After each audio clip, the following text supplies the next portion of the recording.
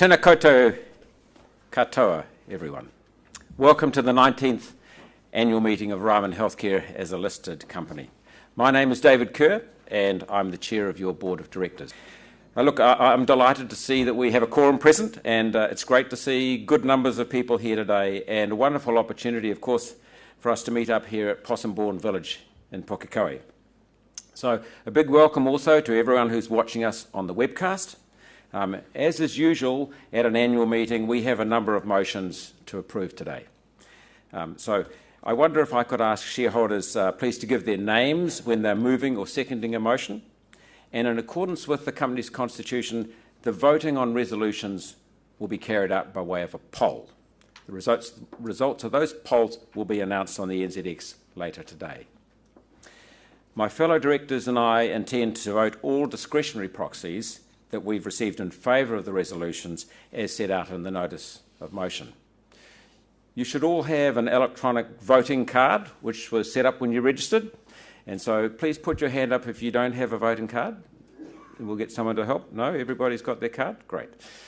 Voting on the resolutions will be on a poll, as I say, and each share held by a shareholder counts as one vote.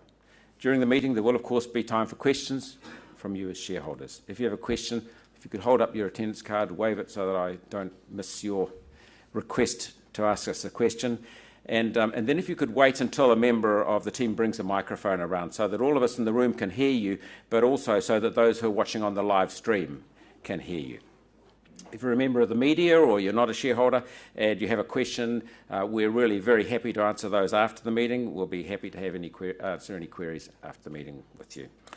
I read recently that a lot of companies are rethinking their annual meetings because of dwindling attendance.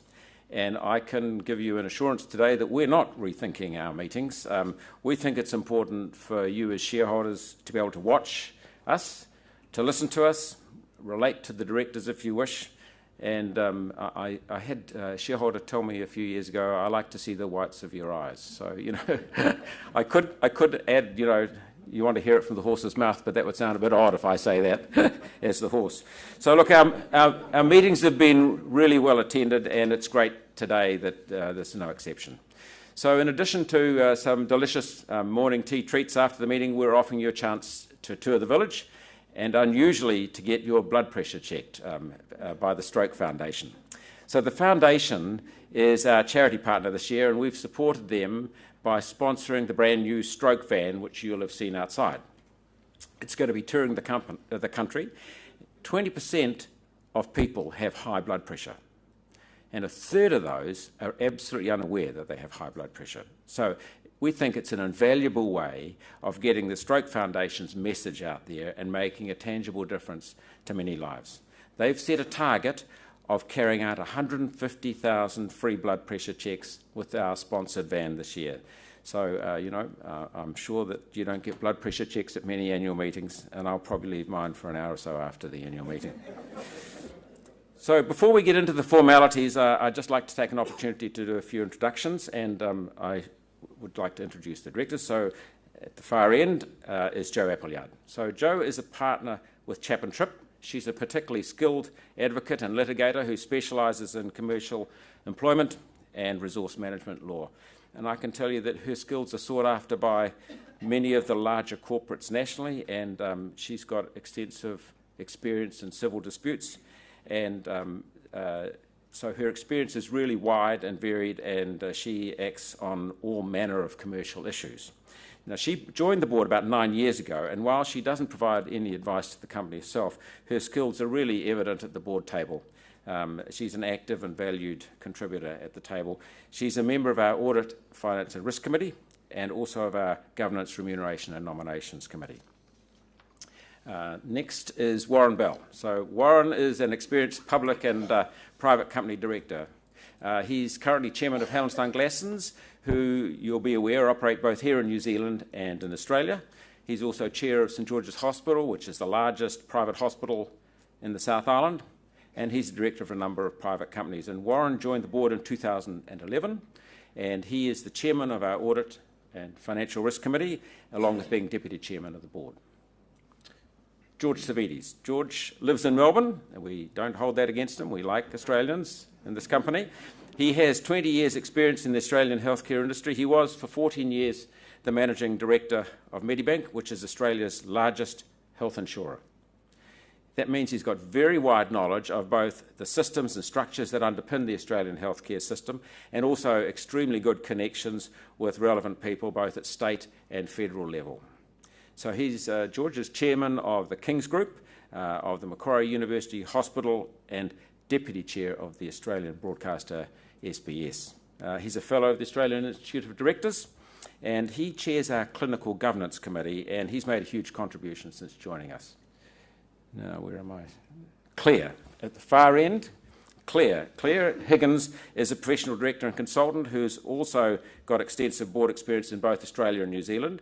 She has experience in senior management roles at BHP and One Steel. Claire is also based in Melbourne, and she's chair of REI Superannuation and Northwest Healthcare Property Management. She chairs our Health and Safety Committee, and she's made a wonderful contribution in that area. Industry experience such as with BHP and One Steel means that she's got a great feel for health and safety and all of its challenges. Now, not with us, but the other director is Jeff Cummings. Now, Jeff has rejoined the board following the retirement of Kevin Hickman, but owing to prior commitments, he's not able to be physically present, but he is with us on a phone line. And he spent, to his everlasting credit, pretty much a full board meeting on the end of a phone line yesterday, and I can assure you it didn't in any way inhibit his contributing. If you could have seen some of us all with our ears to the telephone, it was quite entertaining. Jeff has been a long-term supporter and shareholder in the company. He's an economist by trade, and he's had more than 30 years' experience as a chief executive, a director, an investor, and he served on, I think, around 25 corporate boards and companies. He's Canada-based, but he's a New Zealand citizen, and while he couldn't make it here today, he will, of course, be attending the overwhelming majority of our meetings in person. Of course, I also have Gordy McLeod, our Chief Executive, right with us, and you'll hear from Gordy in a short time, and Dave Bennett is our Chief Financial Officer as well. And maybe if I could just make a couple of welcomes. I see that Bruce Parks from the New Zealand Shareholders Association. Where's Bruce? Welcome, Bruce. Good to have the Shareholders Association here with us. And also Bill Rayner, sitting in the front here. Bill is the president of Great Power North Shore and the Northern Region. I think I've got that right. Northern Zone. And we've had some good constructive correspondence from Bill in the last few days. And we have a long-standing constructive relationship with Great Power, which we value. So those are our introductions. The notice of meeting has been distributed, and as is normal practice, I'm going to suggest it's accepted as read. Now, apologies. I have one apology that I'd like to put before you, and that's for Debbie McClure. Now, Debbie McClure might be well known to a good number of you. Debbie is our Chief Sales and Marketing Executive, and Debbie has been with this company well before it floated and has been a wonderful contributor.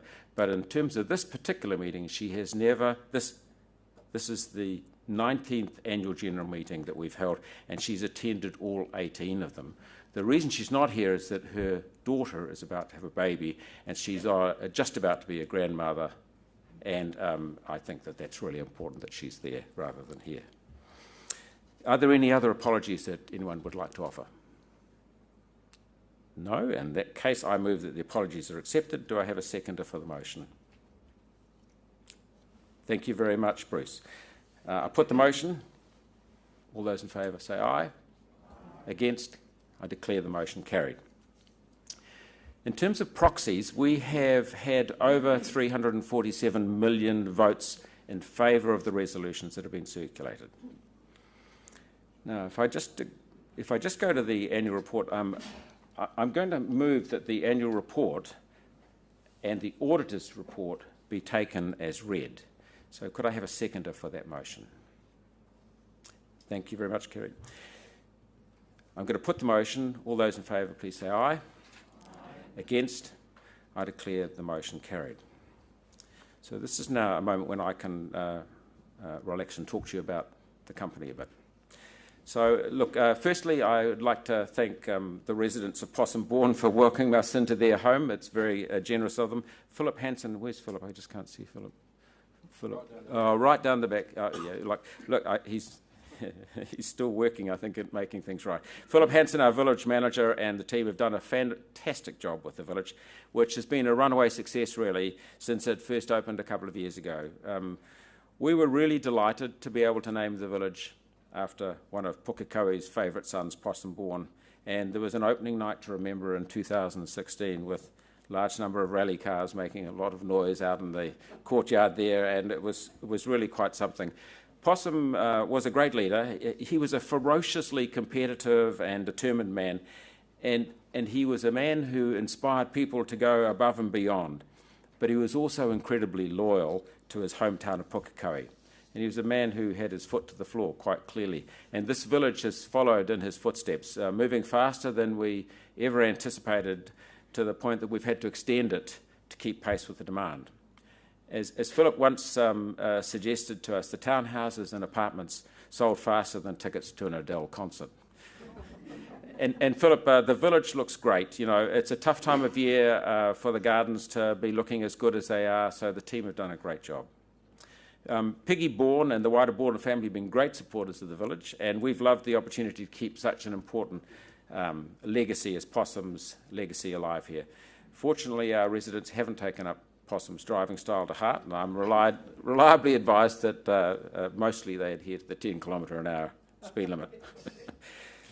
So I'd like to start by drawing your attention to our annual report, which has been prepared using what's described as the integrated reporting framework. This is really designed to demonstrate to you how we operate, what our strategy is, and what basically drives this company. It's no longer good enough for companies of our size to simply report on the numbers and what we did during the year. And I suggest that what it does is it sets out our story. It explains exactly how our model works, how we intend to grow using our resources in a sustainable manner, and continuing to have care at the heart of everything that we do. This is an important point. Over the years, Ryman has often been confused for being a property company. Indeed, I often get asked, aren't we just simply a property developer? But you know, we are fundamentally a care company. We care for older people. We've been a care company since we started, and nothing has changed since then, apart from the size of the market in which we operate, of course, and the level of sophistication that we're able to offer. We know as a board that if we look after our residents and our staff, everything else will follow. The care we provide must be, in the words of Kevin Hickman, our co-founder, good enough for mum. That's our core value, and I believe really that is why we're successful. Our aim with this integrated annual report was to set that value out very clearly. It also, in the annual report, describes how we use not just our financial capital, but our human capital, our social capital, and our intellectual capital, so how we use all the capitals. We hope it reads as a good introduction to new investors and to existing investors so that everyone can understand exactly what we do and why we do it, and why we insist on taking a long-term view. That's because the ideal Ryman investor is a long-term holder, not a day trader. We've always taken a long-term view as a company, and that's because our promise to our residents is that we'll care for them for as long as they're with us. We have to take a long-term view. No ifs, no buts. We've had some incredibly positive feedback about the annual report, including from some of our most number-oriented investors who enjoyed it despite having to wait till page 11 to read any numbers and having to wait till page 94 to read the financials. So what I really want you to understand is that Ryman is about more than just the underlying profit and financials, and I think that that's evident in our annual report. So if you haven't already, give it a good read. We've got extra copies available at the back, and we'd welcome some feedback on that. So we were pleased to be able to report another solid year when we released our results to the market in May. The underlying profit rose 14.2% to total $203.5 million during the year to March 31. Valuation gains lifted the audited reported profit after tax, sometimes referred to as the IFRS profit, by 18.8% to $388.2 million, and the total assets grew to $5.8 $5.8 billion. As shareholders, you'll have received a final dividend of 10.9 cents a share, which takes the total dividend for the year to 20.4 cents, an increase in line with the increase in the underlying profit, which has always been our way. Increased earnings at the existing villages drove the result, and our unique villages and high-quality care offering continue to be in very strong demand. We were delighted to be voted the most trusted brand in New Zealand in aged care and retirement village sector for the 4th time this year. I think it recognises all the work that our staff have done and continue to do to improve the life of our residents. That's why we have a big focus on improving the lives of our staff, because we are acutely aware that if we don't have happy staff, we won't have happy residents. So our thinking about a year ago was that the government's pay equity settlement had made a big difference for our caregivers. And there's no doubt that it did, and it was well deserved, of course. In the last 12 months, we spent a lot of time talking with staff and listened to their views more so than ever before. And I'm delighted to say that we have increased the remuneration for all our staff, and they have been overwhelmingly supportive of that. Our more than 500 experienced nurses have had an average pay increase of 22% since last April, and other village staff have also enjoyed significant increases. Now, this reset is likely to cost an additional $5 million this financial year and is over and above the 2% increase in government funding for aged care. This is an investment in people that we're happy to make. We think the increases are necessary to reward everyone fairly and to make sure that we remain competitive. The new rates of pay make us one of the highest payers in the industry. The village staff have also benefited from a doubling in their sick leave allowance, and the introduction of wellness days and weekend allowances for nurses have also been doubled, and we place a lot of emphasis on having full rosters. Of course, remuneration is just one part of the equation for staff. We also need to make sure we offer a safe place to work, that staff get great training opportunities, and that they have clear career pathways, and that Ryman is a great place to work in generally. As a company, we think that the number one challenge that we face is finding the right people. As you can see, we're right on the cusp of an enormous growth in the population aged over 75, growth that's going to stretch out for some decades. Whilst people are living longer, this longevity means that their health needs become more complicated. Diseases such as osteoarthritis, dementia, diabetes, macular degeneration all take their toll. Social isolation and depression are big issues for older people. I was amazed recently to read that in the UK, for example, there are more than 1 million people over the age of 65 who do not see anyone outside of their home from month to month. And in fact, I read just recently of a study that the Harvard Medical School have undertaken, and they've got 750 individuals that they have followed now for 75 years. And you'll excuse the diversion, I found it fascinating. What they did was they half the people were university graduate sort of people, and the other half of the people, 375, were people who were deemed disadvantaged, and they've followed them every year for 75 years. And there's about 60 left, and they're all in their 90s, and they've followed them and closely interviewed them and spent a lot of time studying them. And in terms of staying healthy and happy, apart from the genetic things that we all cannot change, the strongest correlation for staying healthy and happy is to have a strong relationship with another person or other people. So isolation and loneliness are toxic to our health. You know, relationships are much better than pills. Talking is better than a TV screen. So that's why I suggest that villages like the one you're in today are a success. We offer group exercise, communal eating, wide range of social activities through our Engage program. So Possum Bourne and all of our villages offer that range of activities with companionship and social activities that I think will support happiness and good health. I just want to take a moment of your time for a special acknowledgement today, and that's, you'll be aware that Kevin Hickman, who co-founded Ryman Healthcare with John Ryder back in 1984, retired from the board in June. So we owe Kevin an enormous amount. I know he'll be on the webcast, and I'm not saying it because he's on the webcast. Ryman wouldn't be what it was today without his vision and his hard work over 34 years. If you haven't done it already, I'd suggest it's worthwhile reading the story in the annual report about Kevin's vision for Ryman in those early days and his insistence on our care being good enough for Mum that laid the foundations for this very special company.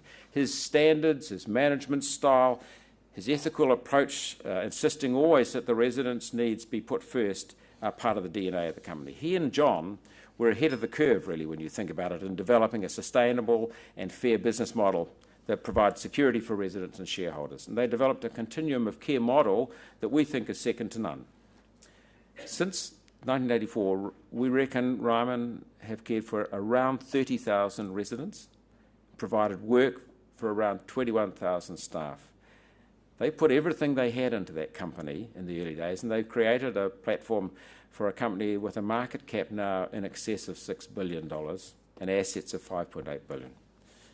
Over the years, we've had around 30,000 different shareholders on our register. We've paid out $690 million in dividends to shareholders, and they have enjoyed some pretty stellar capital returns. If you only bought shares 12 months ago, I think you'd be roughly 30% better off already today, which is pretty astonishing. So I'd like to thank Kevin on behalf of you all. Kev, thank you for your vision. I'm assuming you're on the webcast, and thank you for your passion and a happy retirement.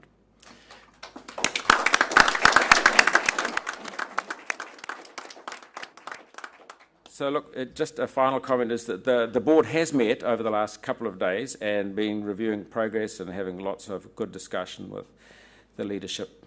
That's the real engine power of this company. And I can advise you that trading was satisfactory in the first quarter. The development program is weighted towards the second half of the financial year, as has occurred in recent years.